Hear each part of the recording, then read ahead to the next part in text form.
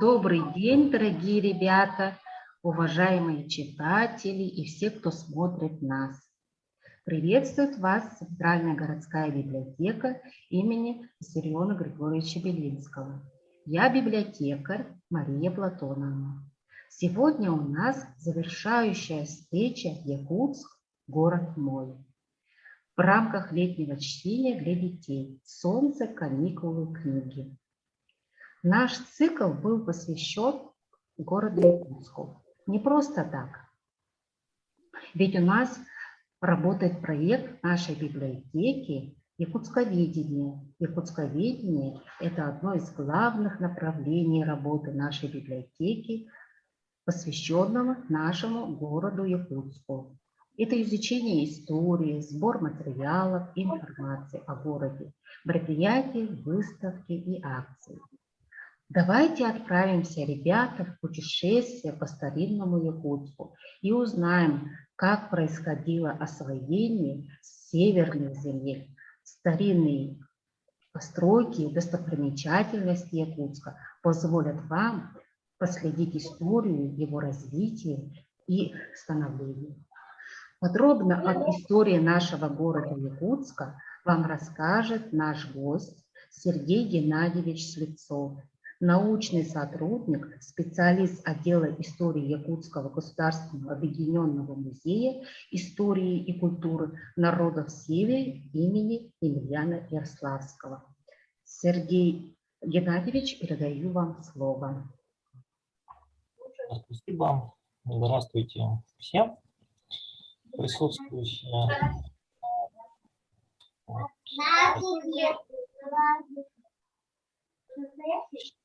Я включу демонстрацию экрана и, надеюсь, всем будет видно.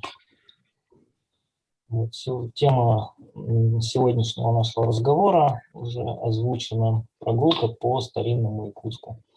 Сегодня мы попробуем прогуляться по улицам нашего города таким, каким он был 100 лет назад.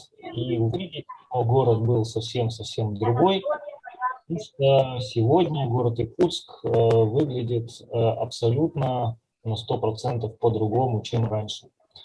А вот как его можно увидеть 100 лет назад? В первую очередь, благодаря вот таким вот людям, которые в 19 или в начале 20 века бывали в городе и оставили записки и воспоминания.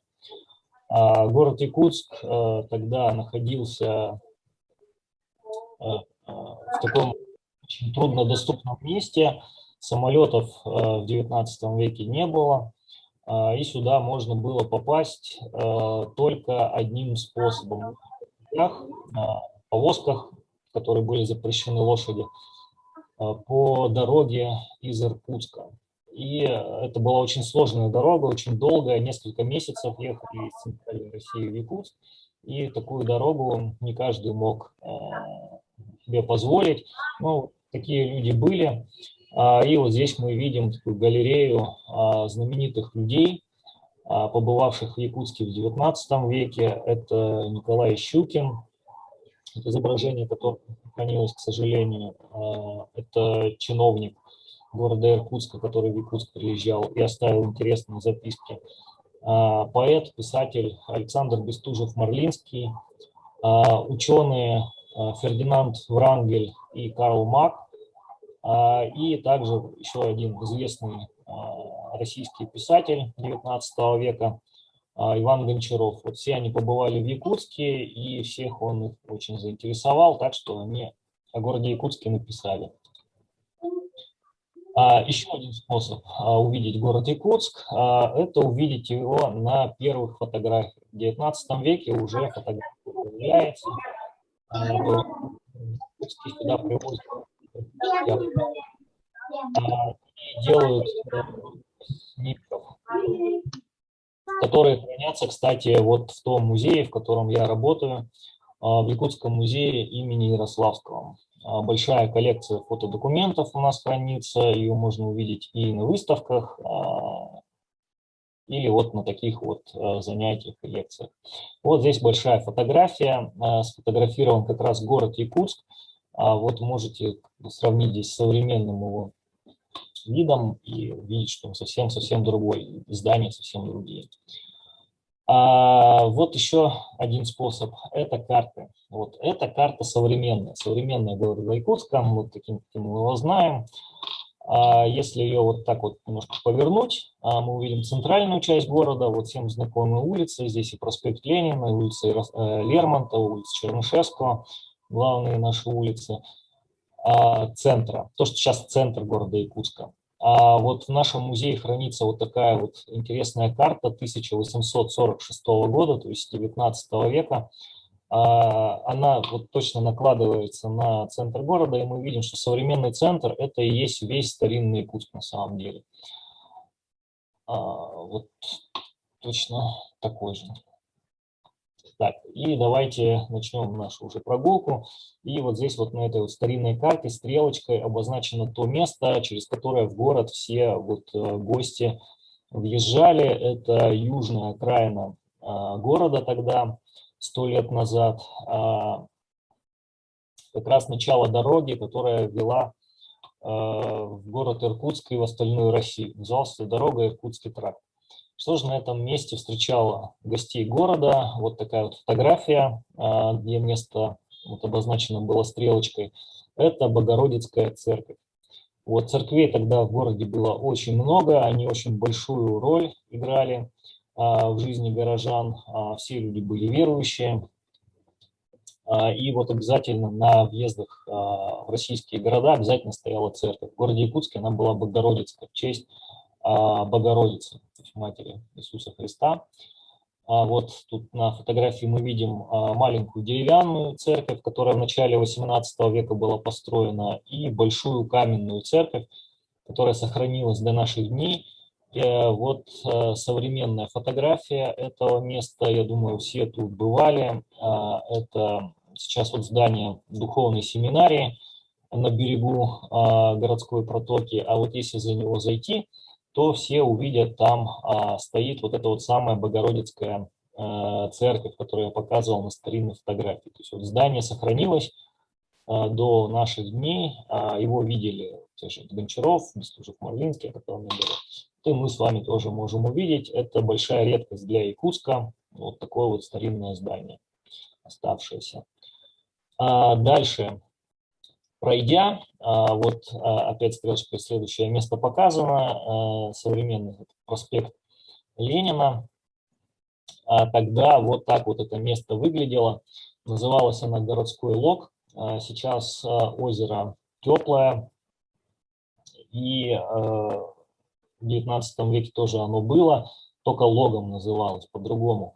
И вот здесь вот посмотрите, как красиво было в старинном Якутске, особенно зимой, когда застывал лед, его украшали такими вот елочками специально принесенными и катались на коньках. Вот то, что, собственно, и сейчас делают на таких вот озерах в городе Якутске, традиция вот сохранилась, как 100 лет назад сделано. Вот это место так выглядит сегодня, тоже, я думаю, всем знакомое, может, кто-нибудь ходил в кинотеатр Лена, тут вот он неподалеку, вот это вот теплое озеро, и вот там вот вдалеке виднеется деревянное здание, которые можно видеть и на фотографиях, которые я показывал. Вот, все тут обязательно гости города проезжали раньше. Дальше, если бы мы прошли вот по карте, мы бы попадали на главную и на единственную площадь города Якутска 19 века. Сейчас в 21 веке площадей в городе много, а тогда она была одна. И не просто так она была, там много чего можно было интересно увидеть. В первую очередь там стояла самая главная церковь вообще всей Якутии, и одно из первых вообще каменных зданий города Якутска. Это такой огромный, большой каменный Троицкий собор, Троицкая церковь, с такой вот огромной колокольней, которую можно было увидеть со всех концов тогдашнего города. Хотя по современным меркам колокольня была не очень высокая, высотой где-то примерно 30 метров. 25, по-моему, 25 метров. Вот. Сейчас этой колокольни нет, а сам Троицкий собор, кстати, самое старинное здание, сохранившееся города Якутска, построили его в начале 18 века, находится на реставрации. Очень много лет уже, он вот закрыт такими конструкциями специальными, и там его ремонтируют. Может быть, когда-нибудь его, наконец, отремонтируют, и мы увидим его таким вот, каким он был 100 лет назад. Колокольню снесли, колокольни нет, может быть, ее тоже когда-нибудь восстановят. Вот об этом Троицком соборе обязательно писали путешественники, там внутри всегда было очень красиво, все было золотом украшено, много икон висело. Вот туда очень любили ходить горожане. Рядом вот с собором, вот видите, здесь справа колокольня виднеется, а рядом стояло такое маленькое неприметное здание. Но на самом деле это самое первое каменное здание Якутии. Называлось оно Воеводская канцелярия. Там в 1707 году это здание построили для того, чтобы там заседал воевода, то есть самый главный человек в Якутии, наместник царя. Вот там было его рабочее место. Но, к сожалению, эта воеводская канцелярия до наших дней не сохранилась. Пройдя чуть дальше, вот за Троицкий собор, на этой площади можно было увидеть еще один интересный памятник, о котором обязательно писали все путешественники, которых всегда их поражало. Это вот такие остатки древней якутской крепости 17 века. Вот город Якутск в 17 веке был основан в первую очередь как крепость, острог, да, Якутск, слышали? Вот его несколько раз укрепляли, улучшали. Вот таким он был в конце 17 века. Ну, начало 20 века от него осталась вот одна такая стена с тремя башнями.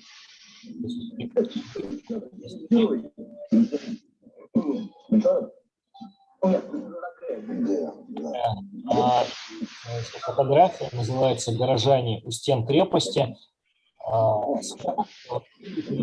Здесь очень хорошо виден крепость огромная на самом деле, настоящий такой, как каменный.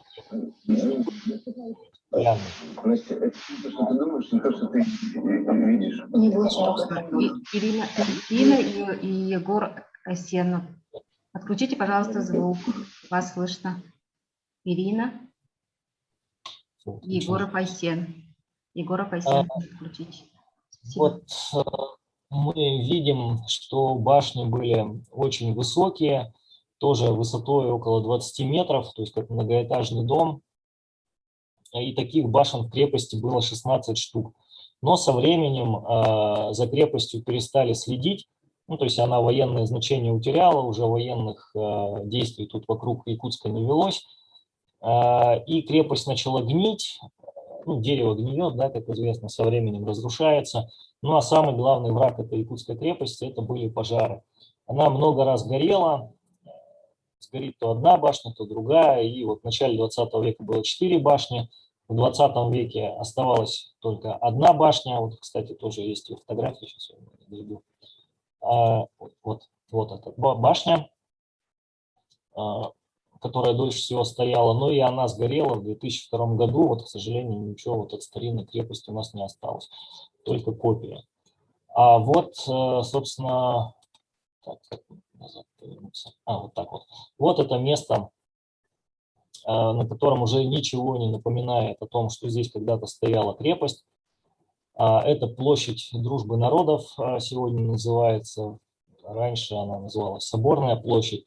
Вот там вот, если приглядеться, на самом дальнем плане вот виднеется башенка между вот зданием театра и жилым домом. Это вот как раз купол Троицкого собора, которого мы видели уже на фотографии. Но вот от крепости ничего не осталось, к сожалению, а место было вот это вот самое. Ну и дальше, пройдя вот остатки крепости, Троицкий собор и воеводскую канцелярию, 100 лет назад, мы бы с вами попали на главную улицу города Якутска, и называлась она улица Большая.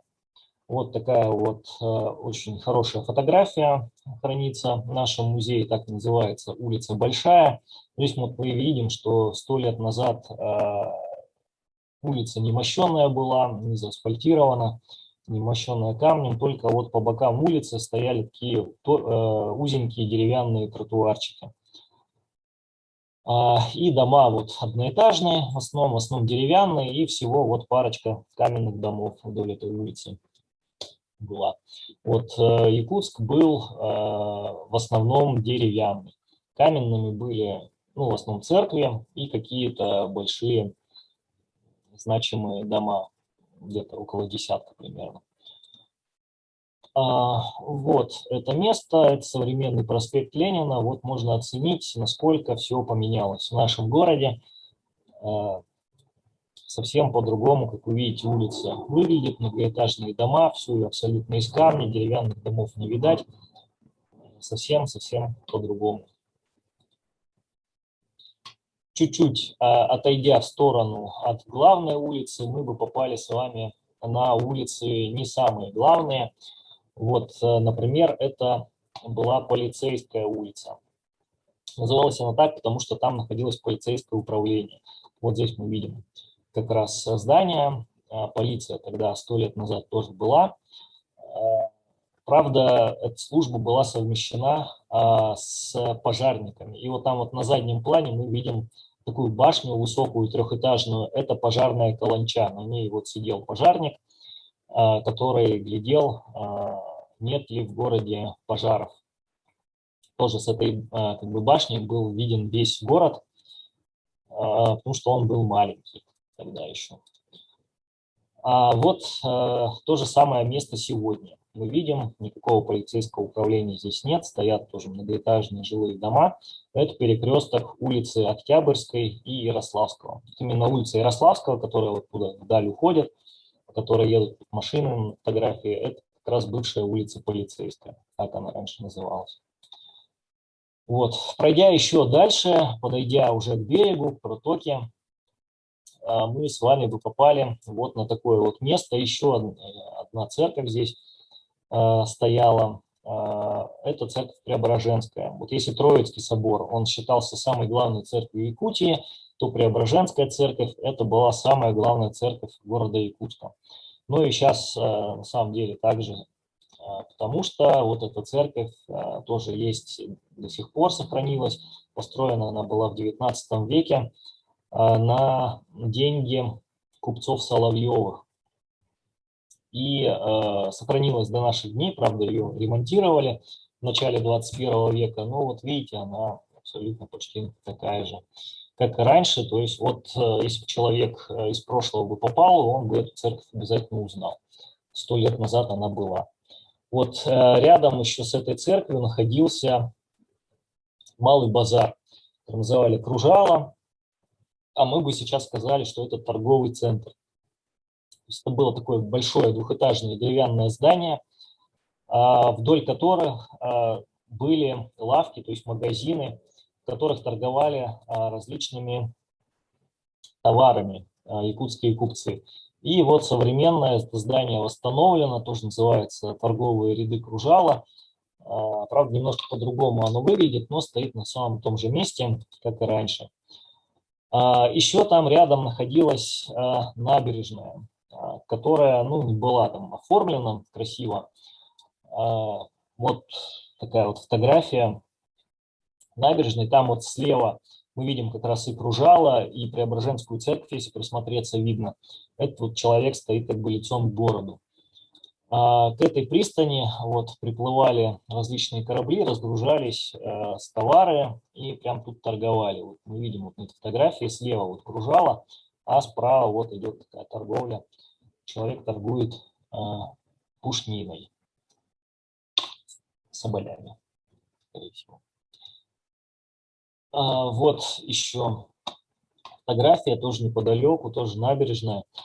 Слева видим деревянные баржи, которые пристали к городу. Это весна. Почему это весна? Хорошо видно, потому что видите, как тут вот затопило, ой, извините, сейчас вернемся, затопила вода, подходит прямо уже к домам. Вот раньше Якутск очень часто затоплялся по весне, разлившейся водой реки Лена. И это была большая проблема для города. Но потом с ней справились. Справились с ней, когда построили вот такие вот уже набережные современные, которые вода преодолеть не может. Вот тоже, я думаю, всем знакомое место рядом со старым городом. Это памятник 370-летию Якутии, вхождения Якутии в состав России. И там вдалеке сидит Петр Иванович Бекетов, основатель города Якутска. А вот вода разлившаяся тоже, фотография тоже сделана весной, как вы видите, но уже вода не затопляет. Тут вот изменилась ситуация за 100 лет. Так, но нам нужно было бы вернуться в центр города, и вот пройдя обратно, возвратясь на улицу Большую, мы бы вышли с вами вот на место, отмеченное такой стрелочкой на карте. И вот если присмотреться, там такой прямоугольник виднеется. Это самое большое здание старинного Якутска, было 100 лет назад. Называлось это здание «Гостиный двор». Вот так вот оно выглядело. Очень большое, вот смотрите, его, чтобы обойти, надо где-то было минут 15. Оно было каменное, это еще и самое большое каменное здание было в городе. Это тоже был торговый центр, вот в каждом российском городе был гостиный двор, обязательно, куда вот приезжали купцы торговать. Также там различные учреждения находились. Там вот находилась, ну, как бы мы сейчас сказали, мэрия, то есть городской голова, там сидел управляющий городом. В этих же вот помещениях одно время находился наш музей, Якутский областной музей тогда он назывался, и различные канцелярии, ну, как бы мы сейчас сказали, офисы, да, и магазины. Вот так. А вот это место сегодня. Видите, никакого гостиного двора уже нет. Его снесли в середине 20 века. Сейчас это площадь, одна из главных площадей города Якутска, площадь Ленина она называется. Вот, совсем это место, как видите, не напоминает. Пройдя чуть дальше, мы бы с вами увидели еще одну церковь. Ну, я говорил, церквей тогда было много в городе. Вот так вот она выглядела. Это называлась Предтеченская церковь, в честь Иоанна Предтечи, такого православного святого. Она называлась, считалась одной из самых красивых в городе. Там внутри тоже было очень красивый иконостас был. Вот, очень любили там внутри бывать горожане, но вот, к сожалению, этой церкви не повезло, в отличие от Преображенской, Никольской, Троицкой церквей, которых мы видели раньше. Вот Предтеченской церкви до наших дней не сохранилась, сейчас ее нет. Вот на этом месте стоит вот такое вот, я думаю, всем знакомое здание гостиницы, ну, сейчас называется Азия, да, раньше Полярная звезда называлась. Вот там вот если побродить в окрестностях этого дома, там можно найти табличку памятную, что когда-то там стояла церковь Предтеченская. Вот. Пройдя чуть немного за город, ну тогда как бы 100 лет назад это было за городом, сейчас это уже в городе, вот, мы бы вышли на такое вот место, стрелочкой обозначенной, еще одна церковь, то есть с западной стороны как бы города. Церковь называлась Никольская. Стояла она рядом с кладбищем, вот здесь на фотографии видно много-много захоронений старинных. Церковь тоже сохранилась до наших дней на улице Октябрьской. Вот такая вот церковь стоит. А кладбище перенесли. Вилюйское кладбище, оно чуть в стороне сейчас находится. Вот. И пройдя дальше, уже подходя как бы к выходу из города, мы бы с вами увидели опять такие стены каменные и много-много церквей. Это Спасский монастырь. Вот Спасский монастырь в Якутске был основан еще в 17 веке. есть вообще одно из самых старинных построек тоже в городе было.